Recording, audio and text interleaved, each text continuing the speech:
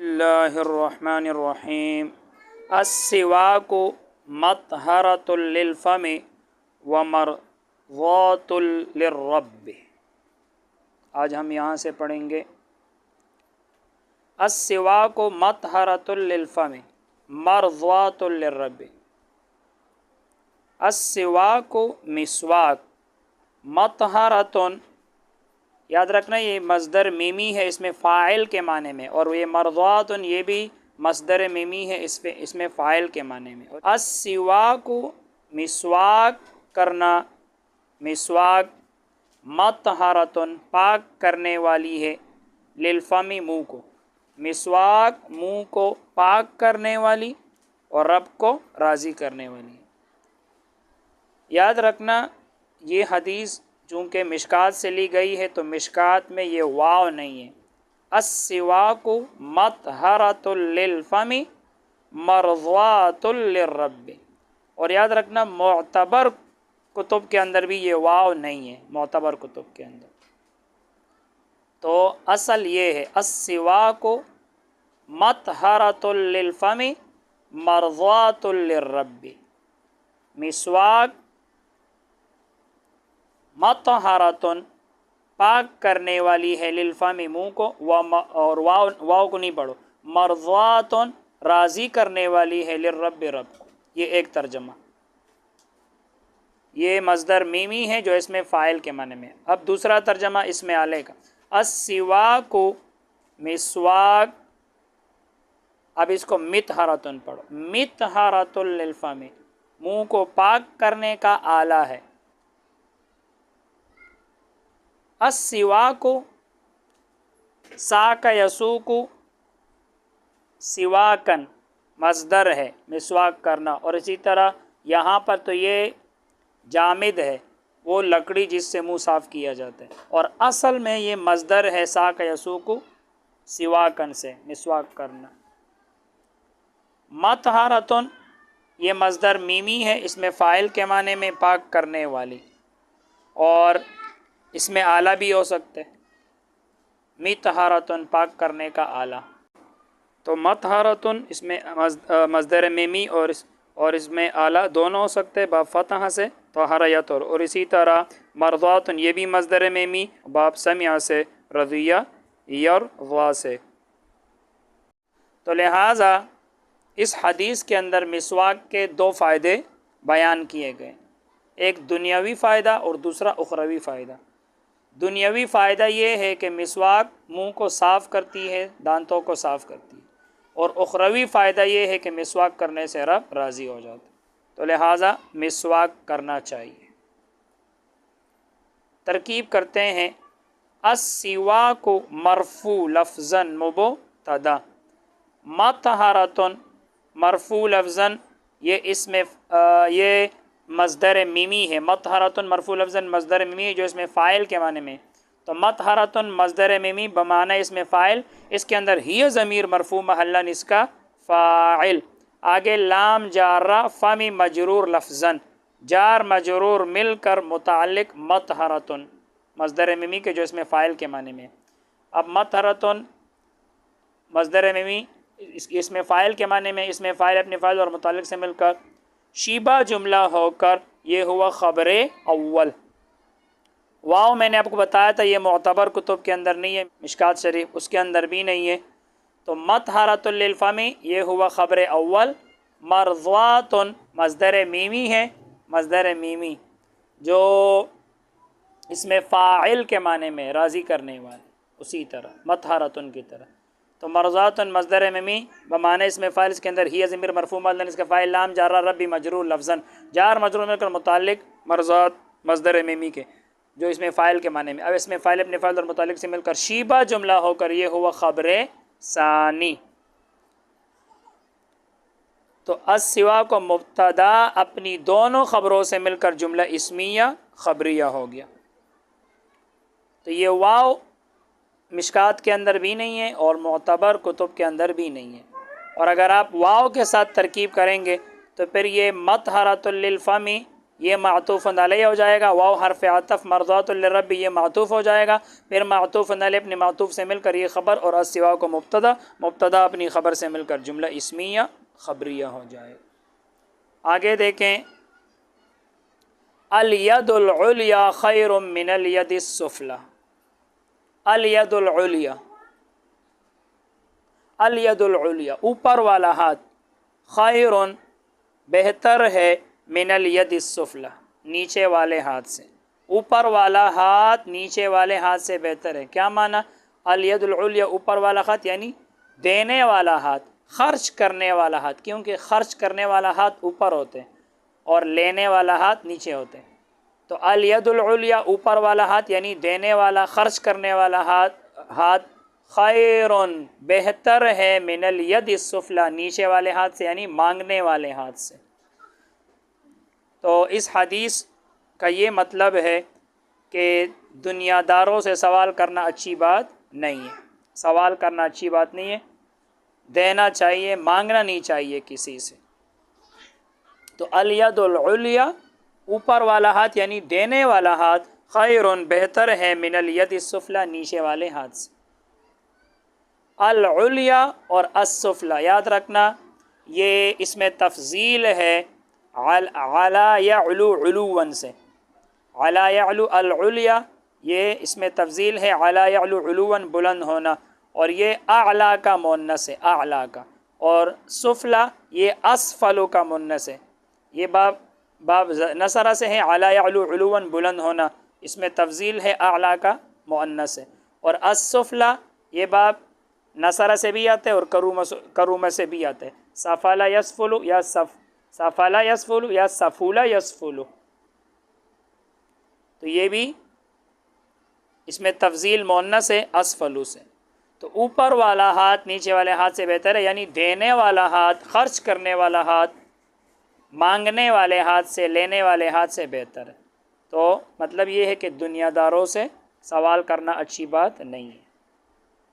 العلیٰ قرآن مجید میں آتا ہے وَكَلِمَةُ اللَّهِ هِيَ الْعُلْيَا، خیر، یہ خیر کا لفظ جو ہے یہ مصدر بھی آتا ہے اور اس میں تفضیل بھی آتا ہے باب ضربہ سے، خار یخیر خیراً مصدر بھی آتا ہے بہتر ہونا، اور یہ اس میں تفضیل بھی ہے، اصل میں اخیر ہوتا، اس میں تفضیل زیادہ بہتر۔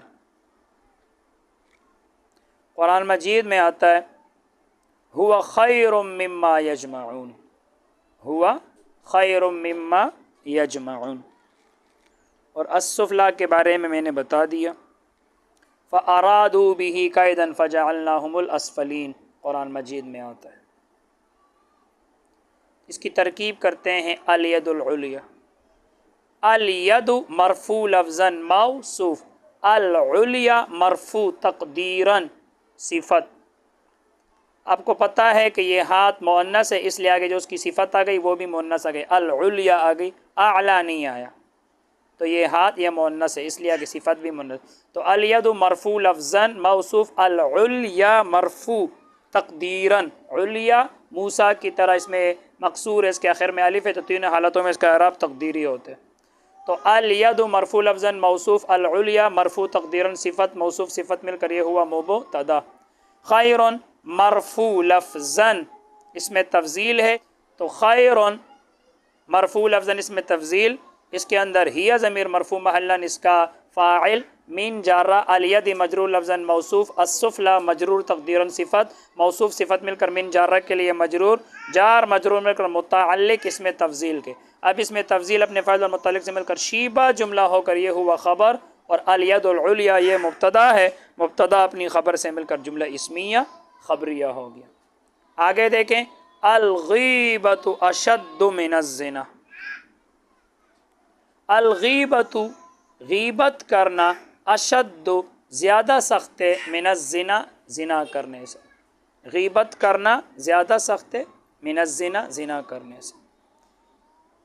یاد رکھنا الغیبۃ یہ مصدر ہے، غاب یغیب غیبت، غیبت کرنا، پیچھے کسی کے عیوب ذکر کرنا، کسی کے عیوب بیان کرنا، اس کو غیبت کہتے ہیں۔ تو الغیبۃ اشد من الزنا، غیبت کرنا زیادہ سخت ہے من الزنا زنا کرنے سے۔ یاد رکھنا اس حدیث کا یہ مطلب نہیں ہے کہ غیبت کا گناہ زنا سے بڑھ کر ہے، اس کا یہ مطلب نہیں ہے۔ مطلب یہ ہے کہ غیبت زیادہ سخت ہے زنا سے، تو اس کا مطلب یہ ہے کہ باعتبار چھٹکارے کے، باعتبار خلاصی کے، غیبت زنا سے زیادہ سخت ہے۔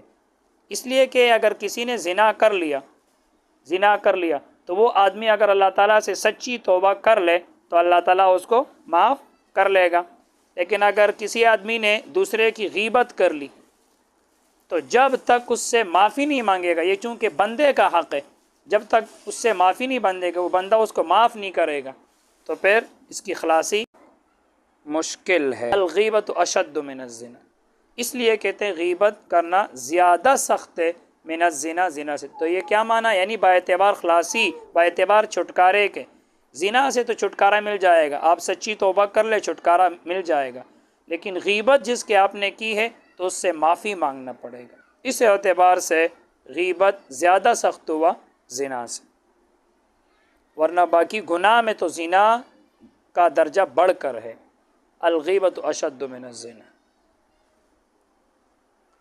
الغیبت، اس کی ترکیب کرتے ہیں، الغیبت مرفوع لفظاً مبتدا، اشد مرفوع لفظاً اس میں تفضیل، اس کے اندر ہی ضمیر مرفوع محلاً اس کا فاعل، من جار الزنا مجرور تقدیراً، جار مجرور مل کر متعلق اشد اس میں تفضیل کے، یہاں اس میں تفضیل موجود ہے، میں نے آپ کو بتایا تھا جہاں بھی جار مجرور آ جائے تو آپ وہاں عبارت میں دیں گے کہ فعل ہے، اس میں فاعل ہے، اس میں مفعول ہے، صفت مشبہ ہے، اس میں تفضیل ہے، مصدر ہے، تو اسی کے ساتھ جوڑ دیا کرو، اگر یہ نہ ہو تب اس کے لیے محذوف نکالنا پڑتا ہے۔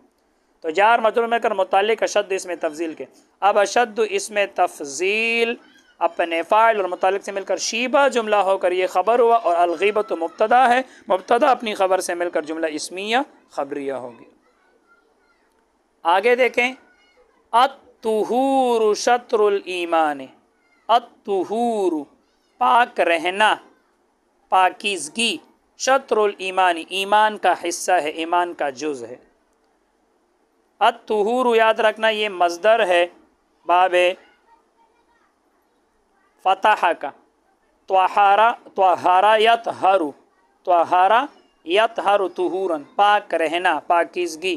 شطرن یاد رکھنا شطرن کا معنی حصہ جز بھی ہے، شطرن کا معنی نصف بھی ہے، اور شطرن کا معنی جانب بھی ہے، طرف۔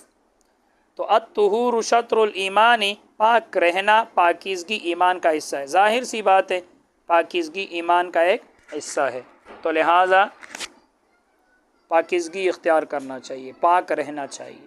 الطہور شطر الایمان، پاکیزگی ایمان کا حصہ ہے۔ اب دوسرا ترجمہ، الطہور شطر الایمان پاک رہنا آدھا ایمان ہے، نصف ایمان ہے۔ پاک رہنا آدھا ایمان ہے، کس طرح آدھا ایمان ہے؟ بھائی جس طرح پاک رہنے سے، وضو کرنے سے ظاہر کی صفائی ہوتی ہے، تو اسی طرح ایمان لانے سے باطن کی صفائی ہوتی ہے۔ تو ایمان سے آدمی کا باطن صاف ہوتا ہے، اور وضو کرنے سے، پاک رہنے سے آدمی کا ظاہر صاف ہوتا ہے۔ اس اعتبار سے پاکی جو ہے یہ ایمان کا آدھا ہوا۔ تو شطرن کا ایک معنی جانب بھی آتا ہے، جیسے قرآن مجید میں آتے ہیں فَوَلِّ وَجْهَكَ شَطْرَ الْمَسْجِدِ الْحَرَامِ۔ ترکیب کرتے ہیں، الطہور مرفوع لفظاً مبتدا، شطر مرفوع لفظاً مضاف، الایمان مجرور لفظاً مضاف الیہ۔ میں نے آپ کو بتایا تھا کہ دو اسم ہو، پہلے کے اوپر الف لام نہ ہو اور دوسرے کے اوپر الف لام آ جائے تو یہ آپس میں مضاف مضاف الیہ بنتے۔ تو شطر مرفوع لفظاً مضاف، مرفوع کیوں؟ مرفوع اس لیے کہ آخر میں خبر بنے گا اور خبر مرفوع ہوتے ہیں۔ لفظاً کیوں؟ لفظاً اس لیے کہ را کے اوپر پیش کا تلفظ ہو رہا ہے۔ تو شطر مرفوع لفظاً مضاف، الایمان مجرور لفظاً مضاف الیہ۔ مجرور کیوں؟ کیونکہ یہ مضاف الیہ ہے اور مضاف الیہ مجرور ہوتے ہیں۔ لفظاً اس لیے کہ نون کے نیچے زیر کا تلفظ ہو رہا ہے، تو مضاف مضاف الیہ مل کر یہ خبر بنا، اور الطہور یہ مبتدا ہے، مبتدا اپنی خبر سے مل کر جملہ اسمیہ خبریہ ہو گیا۔ بس آج کے لیے اتنا ہی۔ اللہ تعالی ہم سب کو علم نافع عطا فرمائے۔ السلام علیکم۔